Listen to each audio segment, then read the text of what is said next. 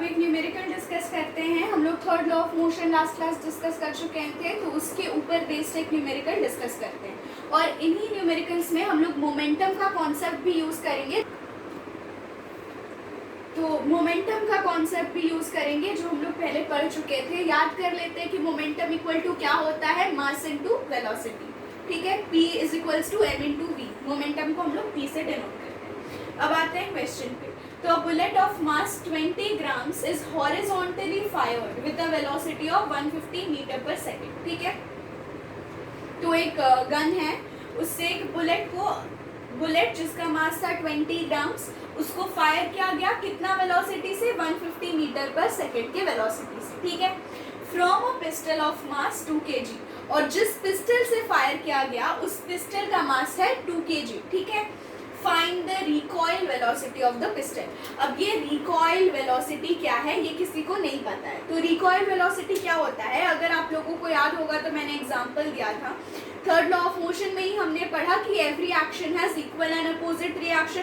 तो जब भी कोई पिस्टल से या गन से कोई बुलेट फायर होता है तो गन जितना फोर्स बुलेट पे लगाती है उतना ही फोर्स बुलेट गन पे लगाएगा और उसके वजह से गन थोड़ा पीछे आ जाता है।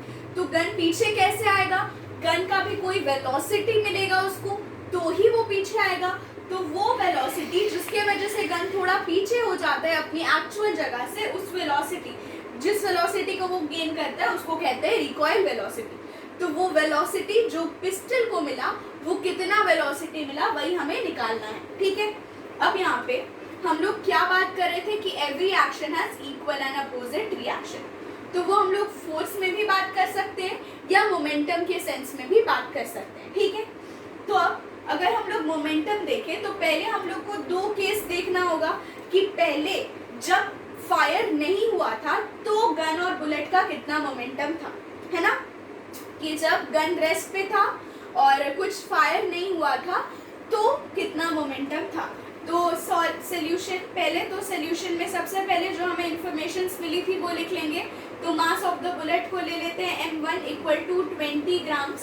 तो 20 ग्राम्स को kg में करेंगे तो कितना होगा, 20 बाई 1000, 0 0 हो गया कैंसिल, तो 0.02 kg। ठीक है, v1 velocity of the bullet is equals to 150 metre per second. ठीक है, मास ऑफ द पिस्टल यानी कि इसको m2 लेते हैं 2 kg है। ठीक है, और v2 is equal to recoil velocity मानते हैं इज इक्वल टू क्या, ये हमें निकालना है। ठीक है, तो जब भी ऐसा क्वेश्चन होगा तो सबसे पहले हम लोग दो अलग केस लेंगे। तो पहला केस हम लोग क्या लेंगे, पहला केस लेंगे बिफोर फायरिंग वाला। ठीक है, तो बिफोर फायरिंग कितना मोमेंटम था पहले हम लोग वो निकालेंगे। तो पहला केस हम लोग क्या लेंगे, टोटल मोमेंटम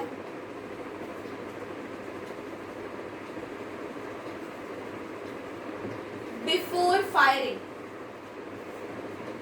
फायरिंग होने से पहले कितना मोमेंटम था पूरा चीज का। ठीक है, मोमेंटम को हम लोग किससे डिनोट कर रहे हैं, P1 से। पहले वाला मोमेंटम फर्स्ट केस ले रहे हैं इसलिए P1 मोमेंटम को P से डिनोट करते हैं, इज इक्वल्स टू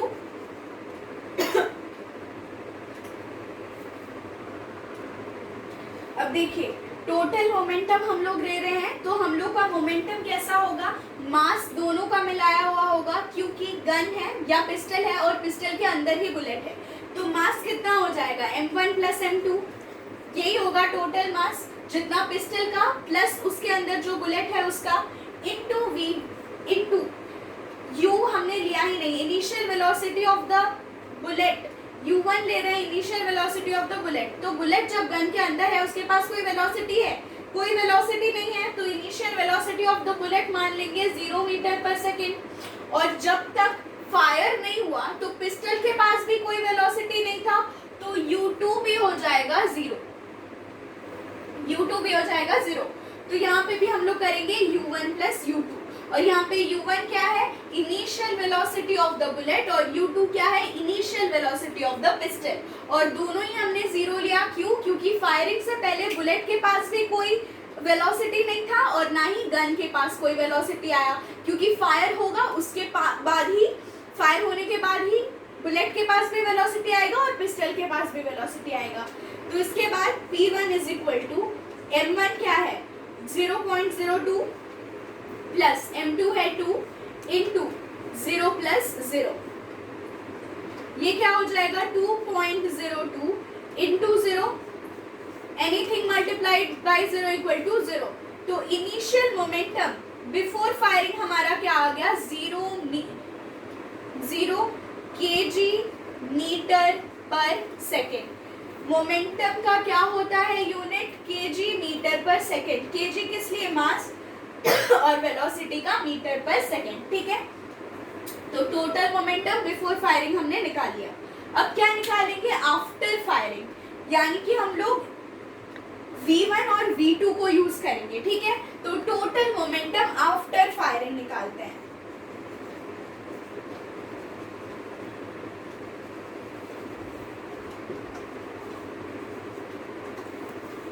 ये आप लोग बार बार 2-3 बार कम से कम इसको दोबारा सुनेंगे तो आप लोगों को प्रॉपरली समझ आएगा।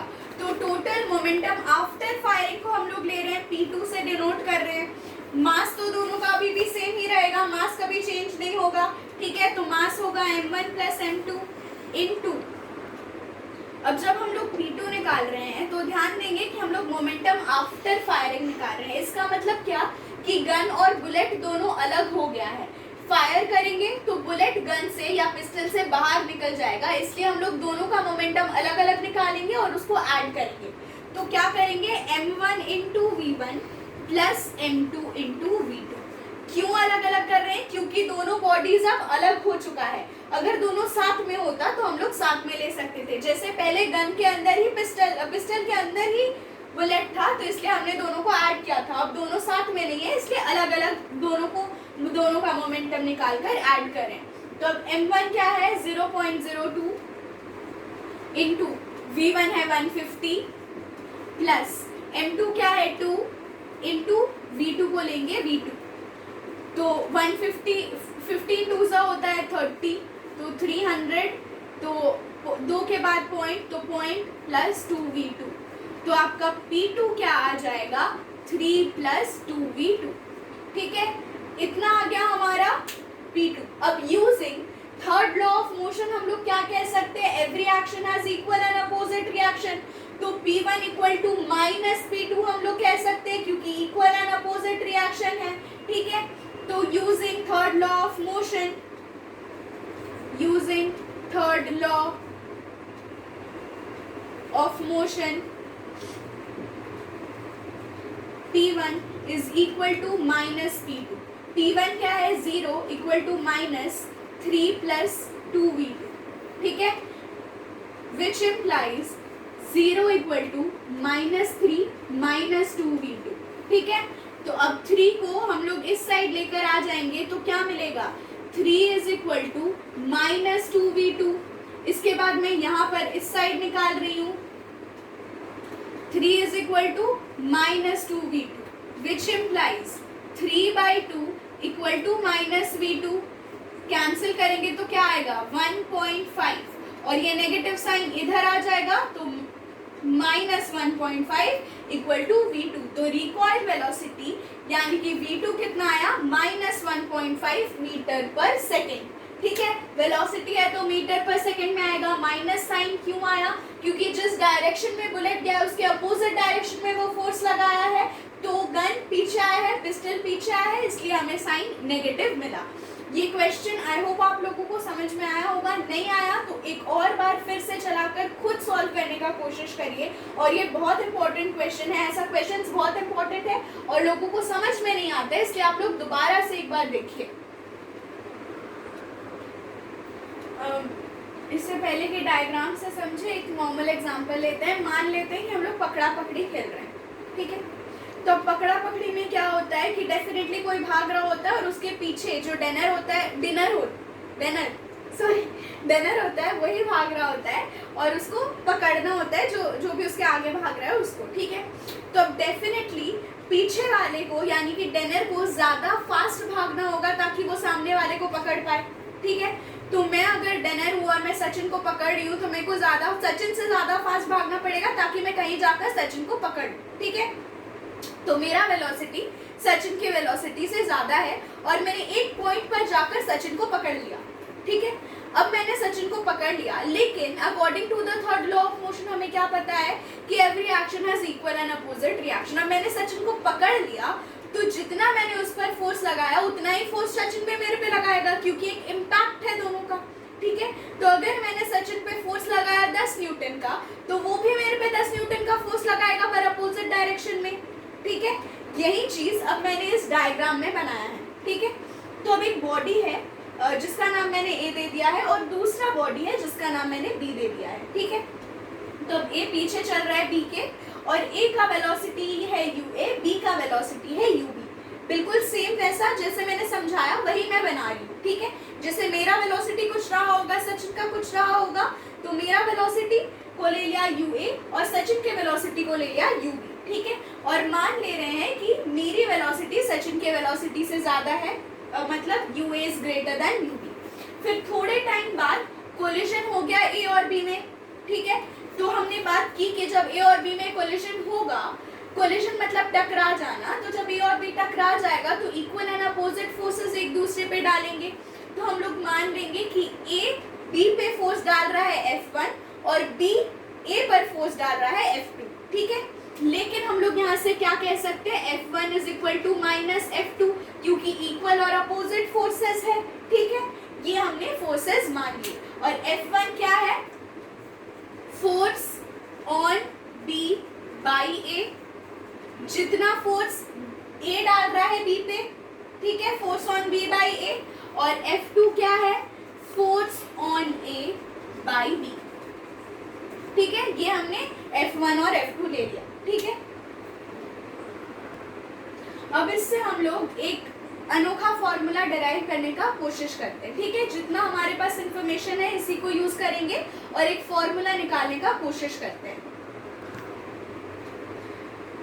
तो यहाँ पे लेट टू बॉल्स, जो भी मैंने कहा था उसको मैं यहाँ पे बता दे रही हूँ कि let two balls a and b of mass MA and MB are moving in the same direction along a straight line. एक स्ट्रेट लाइन पे दोनों मूव कर रहा है with different velocities UA and UB। Let UA is greater than UB, ये भी हमने माना था। And two balls collide as shown in the figure, दोनों बॉल्स में कोलिजन हो जाता है। And the collision lasts for time t, दोनों कोलाइड करके टाइम t तक साथ में जुड़ा रहता है।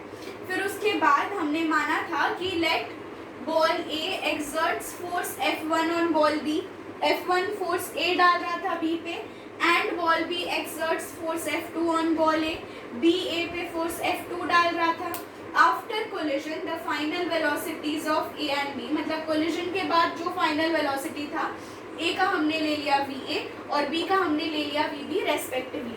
ये पूरा डेरिवेशन मैं इतना इसलिए लिख रही हूँ कि ये पूरा लिखने आता है और आप लोग जब डिराइव कर रहे होंगे तो आप लोग को भी ये पूरा लिखना होगा विद द डायग्राम, इसीलिए ही ये पूरा लिखा जा रहा है, ठीक है।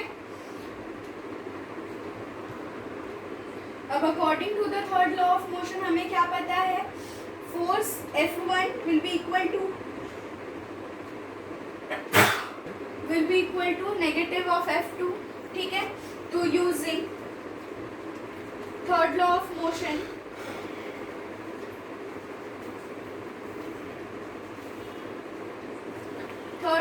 मोशन हम लोग क्या कह सकते हैं कि F1 is equal to minus of F2, यानी कि force exerted by A on B will be equal to the force exerted by B on A in the negative direction, ठीक है। अब F1 क्या है वो देखते हैं।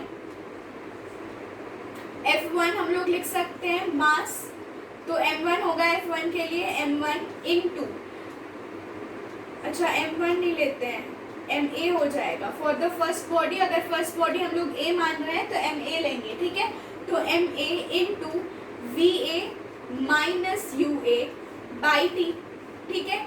V और UA क्या है, फाइनल वेलोसिटी ऑफ A और UA था initial velocity of A, is equal to minus MB mass of the second body into VB minus UB by t. Same हमने फोर्स वाला फॉर्मूला यूज किया है जो हमने सेकेंड लॉ ऑफ मोशन में derive किया था। यहाँ पे टी और टी हो जाएगा कैंसिल, ठीक है। तो अब हमें क्या मिल रहा है, विच इम्प्लाइज, इसको मल्टीप्लाई करते हैं तो क्या मिलेगा, MA into VA minus MA into UA is equal to, यहाँ पे भी मल्टीप्लाई करेंगे, minus MB into VB minus minus plus MB into UB, ठीक है। विच इम्प्लाइज, अब VA वाले को एक साइड लेकर, V वाले को एक साइड लेकर चले जाएंगे, U वाले को एक साइड लेकर चले जाएंगे। तो इधर MA VA है तो लिख लेंगे MA इंटू VA, और इधर से VA को इधर लेकर आएंगे तो इधर नेगेटिव था तो इक्वल टू के साइड आएगा तो positive, plus MB VB is equal to, इसको इस साइड लेकर जाएंगे, मतलब MA UA को इस साइड लेकर जाएंगे तो इधर ये नेगेटिव था तो इधर जाके हो जाएगा पॉजिटिव, तो MA UA plus MB UB, ठीक है। ये आया हमारा फाइनल एक्सप्रेशन, और ये फाइनल एक्सप्रेशन एग्जैक्टली क्या कह रहा है, मास इनटू वेलोसिटी क्या देता है, मोमेंटम, ठीक है। तो यहाँ पे इनिशियल वेलोसिटी और दोनों का ले रहे हैं तो ये क्या बता रहा है, initial momentum of both the bodies का sum will be equal to final momentum of both the bodies का सम। तो यही कंजर्वेशन ऑफ मोमेंटम कहता है कि even after two bodies collide the momentum of both the bodies before and after collision remains the same, ठीक है। तो law of conservation of momentum क्या कहता है, the momentum of any body before and after collision remains the same. या तो कोई भी अगर बॉडी है उसका मोमेंटम हमेशा कंजर्व्ड रहेगा। तो अगर जैसे हमने रिकॉइल वेलोसिटी वाला भी क्वेश्चन किया, उसमें भी हमने क्या यूज किया, मोमेंटम यूज किया, तो वहां पे भी सेम चीज है, वहां पे भी हमने यही यूज किया कि total momentum of the body remain conserve. पहले भी जितना मोमेंटम था फाइनली भी हमने उतना ही मोमेंटम लिया। तो कंजर्वेशन ऑफ मोमेंटम क्या कह रहा है कि total momentum always remains conserved, ये कह रहा है। और आप लोग यूज क्या करेंगे formula, the formula we are going to use is M1 U1 plus M2 U2 is equal to M1 V1 plus M2 V2। ये फॉर्मूला हम लोग यूज करेंगे और इसका हम लोग नाम देंगे using law of using conservation of momentum, law नहीं, यूजिंग कंजर्वेशन ऑफ मोमेंटम, ठीक है। Where M1 equal to mass of first body, U1 equal to initial, M2 equal to mass of the second body, U2 equal to initial moment initial velocity of the second body. Similarly V1 और V2 क्या है, final velocities of the two bodies. यही हम लोग use करेंगे numericals में, M1 U1 plus M2 U2 equal to M1 V1 plus M2 V2। अगर ये वीडियो बहुत कॉम्प्लिकेटेड लगा दोबारा सुनिए और सुनकर फिर से बनाइए नोट्स।